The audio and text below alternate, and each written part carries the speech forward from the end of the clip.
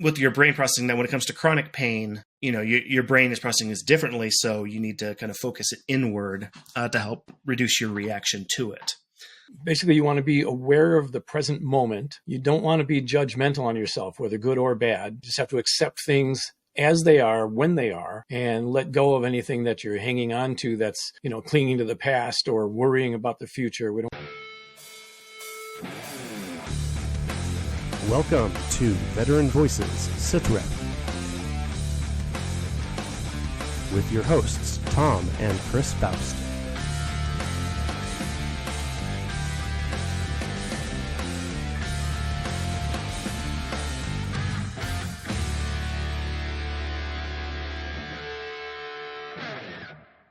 Welcome to Veteran Voices. I am your host, Tom Faust, and this is my son and co-host, Chris. And we want to talk about some mental health and wellness strategies because for veterans, they're sort of in a special place. They have higher rates of mental health disorders, issues related to depression, anxiety, PTSD, that kind of thing.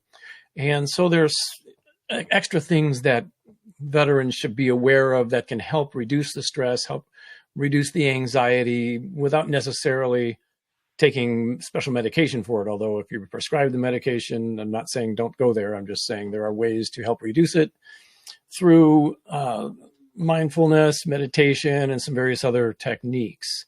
But yeah, the importance are things like, early intervention. The faster you get started on these things, the better you'll be. The longer you're involved in the anxiety and things, the worse it tends to get. And there are support systems available, groups that can help, and access to resources, and we'll be providing some of that stuff throughout this series. And since I'm mentioning a series, this is part one of a 4-part series. And in this first part, we're going to talk about mindfulness and meditation. In this episode, we'll dive into the world of mindfulness meditation, exploring what these practices entail and the benefits they offer. And we'll address some common questions to help you get started on your journey. And then we'll get into some common questions and answers, which hopefully will be practical tips for you, things that you can actually implement starting today. Let's go ahead and start by defining what mindfulness is and its core principles. So mindfulness is a mental practice that involves focusing your attention on the present moment while, calmly acknowledging and accepting, feelings, thoughts, bodily sensations. And although it is rooted in, Buddhist meditation practices, it isn't necessarily a religious practice. It's been adapted into secular contexts to enhance mental well-being and help reduce stress because you're just focusing on the here and now instead of everything else around you. Yeah, and so the core principles are basically like this. Then we'll get into, I'll give you an overview, and then we'll go into the details a little bit. But basically, you want to be aware of the present moment. You don't want to be judgmental on yourself, whether good or bad. You just have to accept things as they are, when they are, and let go of anything that you're hanging on to that's, clinging to the past or worrying about the future. We don't want to deal with that. And then eventually you take a look at it from the standpoint of as any experience is the first time. So it's fresh and you can be creative and curious about how to deal with the situation. And then just be patient because things take time. So when we talk about being in the present moment, mindfulness emphasizes living in the present moment rather than dwelling on the past or worrying about the future. It involves fully engaging in what's happening right now. And the benefit of this is that it encourages a greater appreciation for life and reduces stress by focusing on the here and now. And you don't want to be judgmental about anything, and whether it's good or bad. These principles encourage an open and accepting attitude towards yourself and your experiences, and it helps you reduce self-criticism and promote self-compassion. Yeah, and following along on the acceptance part of it, when you're accepting things as they are without trying to change or resist the experiences. It involves recognizing reality without attachment or aversion. It helps in reducing your emotional reaction and fosters a sense of peace. And that also helps you with letting go, which is kind of releasing the attachment to certain thoughts, emotions, or outcomes. It involves acknowledging the thoughts and feelings without clinging to them. And it promotes emotional resilience and reduces stress by accepting what it is and just kind of just saying, hey, it's there. Let's, not focus on it so much. The following concept from that is what they call the beginner's mind. And the idea here is to approach experiences as if everything is a fresh perspective. You're encountering things for the first time. This means you need to be open to new possibilities and try to avoid preconceived notions.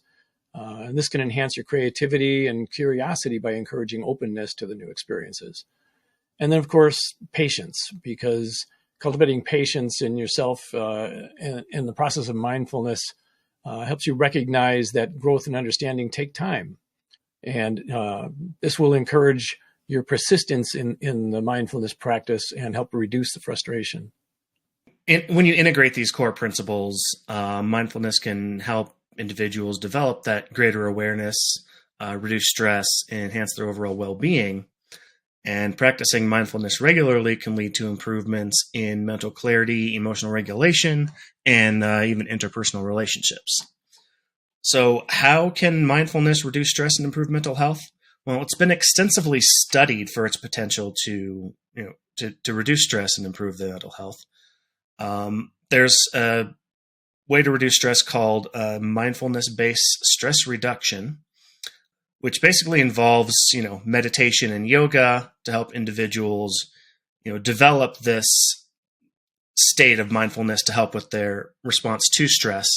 And it allows people to engage in, reperceiving, which reduces the power of automatic stress reactions and promotes a more adaptive coping strategy. And then it can also alter brain structures and activity in areas associated with attention and emotion regulation.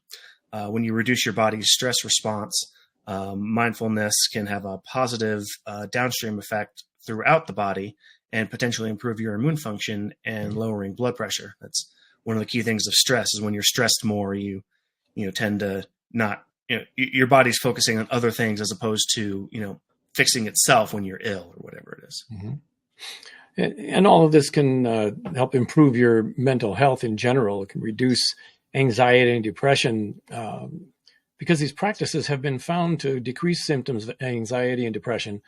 Mindfulness-based cognitive therapy, for instance, combines mindfulness practices with cognitive therapy techniques to prevent relapses in individuals with depression.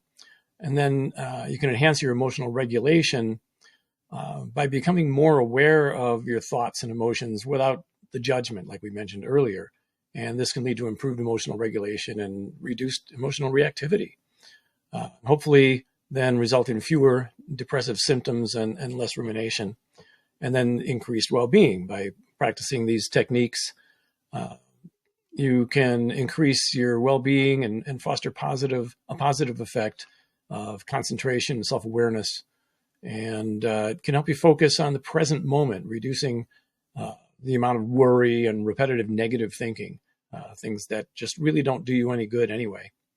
So overall, mindfulness offers a range of psychological benefits that promote non-judgmental awareness of the present moment and can lead to better stress management and improved mental health.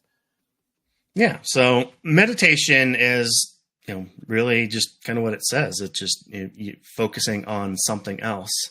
So some simple meditation exercises. One of them is focused breathing. And what this basically is you focus on your breathing to help anchor your mind in the present moment, help calm it down, reduce stress, deep rhythmic breathing. So, really focusing on, what your body does naturally, just the in and then out. So you can practice it. It's easier if you're sitting or lying down, obviously in a comfortable position. You close your eyes, deep, slow breaths, inhale deeply through your nose, and then exhale through your mouth. A big, deep breath in, and then let it out slowly. That helps center yourself. You don't want to just let it all out right away because then that kind of defeats the purpose of it. Just slow, deep breath in, slow, deep breath out. That'll focus the sensation to help your mind, not wander. But, if it kind of does, if you're focusing on the breathing and then you start thinking about other things, just focus inward on your breath. And hopefully it'll help reduce some anxiety. So, like people who have panic attacks, they tell them to breathe, and, breathe into a paper bag. It's kind of the same thing. You're just focusing on the act of the breathing as opposed to what you're trying to fix by breathing. Mm-hmm. There's another kind called body scan meditation. And what this does is it involves just taking a mental scan of your body from head to toe. Just bring awareness to any sensations, tension, discomfort, anything that you just feel in your body, and try and make a deep connection with it to help release the physical tension. Just kind of think it through, and you find a point, something that's tense, concentrate there for a minute on relaxing that, for instance, right? So you can lie down comfortably or sit in a chair with your feet flat. This is very similar to the other meditation. Close your eyes, take a few breaths, and just focus on the top of your head and gradually move down part through part, your face, your neck, your shoulders, arms, chest, abdomen, legs, all the way down to your feet. And just notice the sensations in any area. There's no judgment. There's no anything. Just if you encounter tension, visualize it melting away with each breath. And this can really help enhance body awareness and reduce stress and anxiety again, and just improve overall relaxation. These meditation exercises are, they're accessible to beginners. They're, easy to do, no matter what level of skill you're at or how comfortable you are with meditation. You can start anywhere. Even the same things, same things work for everybody. But if you need a little bit more, there are some resources for helping to learn meditation. There's a couple of apps out there, like Mindfulness Coach. It was developed by the VA's National Center for PTSD, and the app actually provides you a self-guided training program to help practice mindfulness. So it'll give you some audio-guided exercises, goal-setting features, a library of information about mindfulness. It's a free app designed to help veterans reduce stress and improve their mental health. There's also one called Headspace. And through a partnership with Blue Star Families, Headspace offers free access to its app for veterans and their families, which gives another options for guided meditations, mindfulness exercises, and tools to help reduce stress and hopefully get some better sleep from it. And then there's Breathe to Relax, and that's with the number 2, Breathe to Relax. And the app focuses on real deep breathing exercises to help manage your stress and anxiety. And it's recommended by the VA for its effectiveness in teaching these techniques for relaxation. And there are also online courses and classes. The VA's War-Related Illness and Injury Study Center offers some remote classes, including meditation and some yoga-related. These are designed to help veterans relax and manage stress from the comfort of their own homes. And then there's Mission Flexible's Veterans Mindfulness classes. These are free online beginner-friendly yoga and mindfulness classes specifically for veterans. And then there's some workshops as well. The American Red Cross mind-body workshops, which help teach mind-body skills such as the breathing techniques, stretching, movement, guided imagery. They're offered in small groups by licensed mental health professionals to help manage stress and trauma. And all of these resources are, they provide veterans with accessible options to explore meditation and different mindfulness practices tailored to, your unique experiences and needs, because everyone's going to have their own thing that causes them, stress and, anxiety. No one experience is different, although they might have some common symptoms, but you are your own person. So you find what works for you and then stick with it. And that's just going to benefit you even more. Mm-hmm. So now I would like to get into some sort of like common questions that people might ask. And we want to provide some answers with some detail to kind of give you some practical advice on how you can practice some of these things. So for instance, for mindfulness, if you happen to work at a computer or read lots of documents, you tend to be focusing close up all the time. And there's something called the 20-20-20 plan, which gives your eyes a break every 20 minutes by looking at something at least 20 feet into the distance for at least 20 seconds. And so basically, instead of constantly staring at something close up, it gives your eyes a chance to readjust and look off in the distance and refocus and get your, kind of reduce eye stress and eye strain. If you work at a physical job, you may not be able to do that all the time, but when you get a break, try and take a little time to close your eyes and relax and just concentrate on your breathing again, almost like a short meditation to relax and refocus yourself in between your breaks. And then there are some easy mindfulness exercises that you can do to incorporate into your workday, like the mindfulness breathing. You take a few minutes, like I was just talking about, to focus solely on your breathing. Inhale slowly through your nose for about 3 seconds, exhale through your mouth, just slowly, and just take it in and let it out and relax. Shouldn't have to take more than 2 or 3 minutes, and gradually increase to 5 or 10 if you have the time. And this will help you clear your mind and enhance your concentration. Yeah, and speaking of 5, you have the 5 senses exercise that you can also do, which basically lets you engage each of your 5 senses to ground yourself in the present moment. So, you notice 5 things that you can see, notice 4 things that you can feel, 3 things you can hear, 2 things you can smell, and 1 thing you can taste. And what this does is brings you awareness of the present, reduces stress by focusing on things that are easy. So you're not thinking about what, kind of got you into the stressful state anyway. You're just focusing on easier stuff that's better for your brain to process.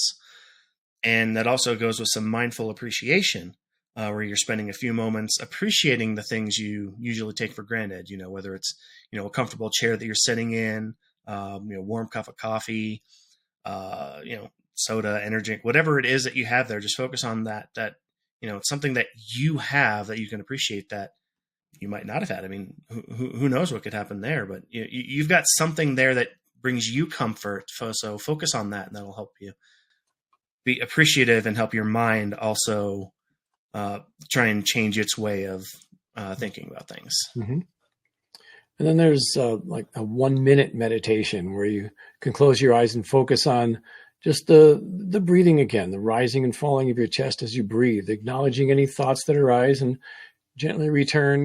If your mind wanders, because that happens all the time, if your mind wanders off onto something, just let it go and relax. Don't worry about it. Bring your focus back to your breathing again. And you can do this for as little as a minute. Just 1 or 2 minutes is all you need. It's just a quick reset in between things to help you maintain your focus.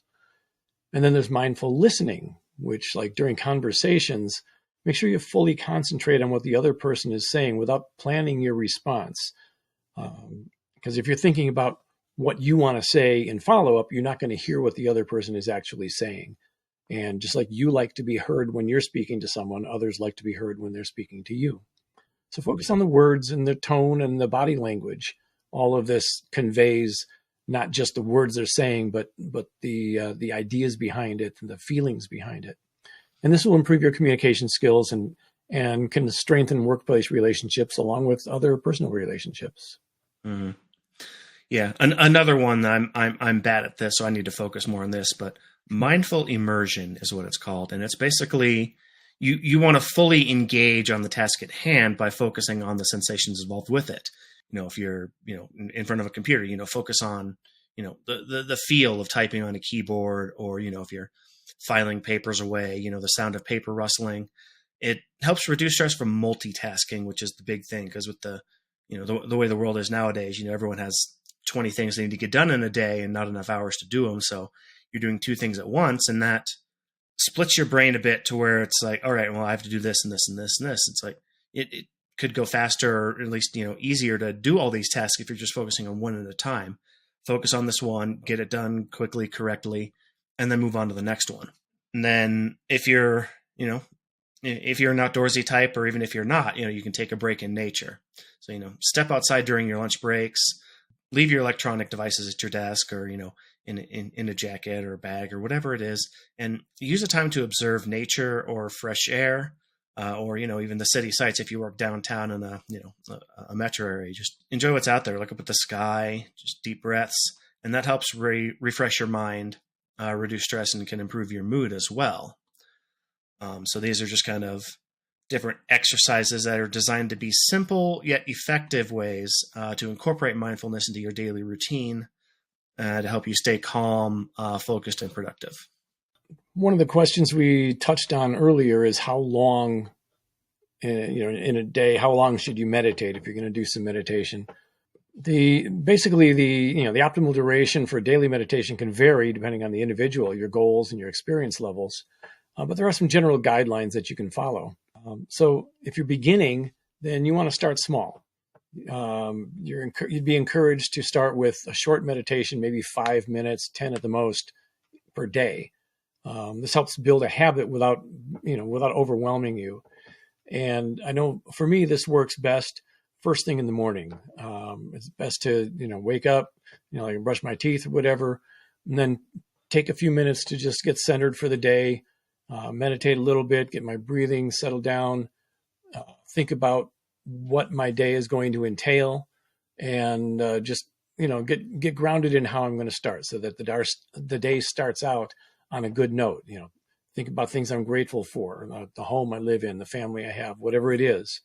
And all of this will help you get your day off on the right foot, so you're going a direction that is beneficial to you. Yeah, and then once you get into the habit of doing things, then once you're more experienced with it, then you can increase the amount of time. So once you have the regular practice, then maybe increase it to 20 or 30 minutes a day.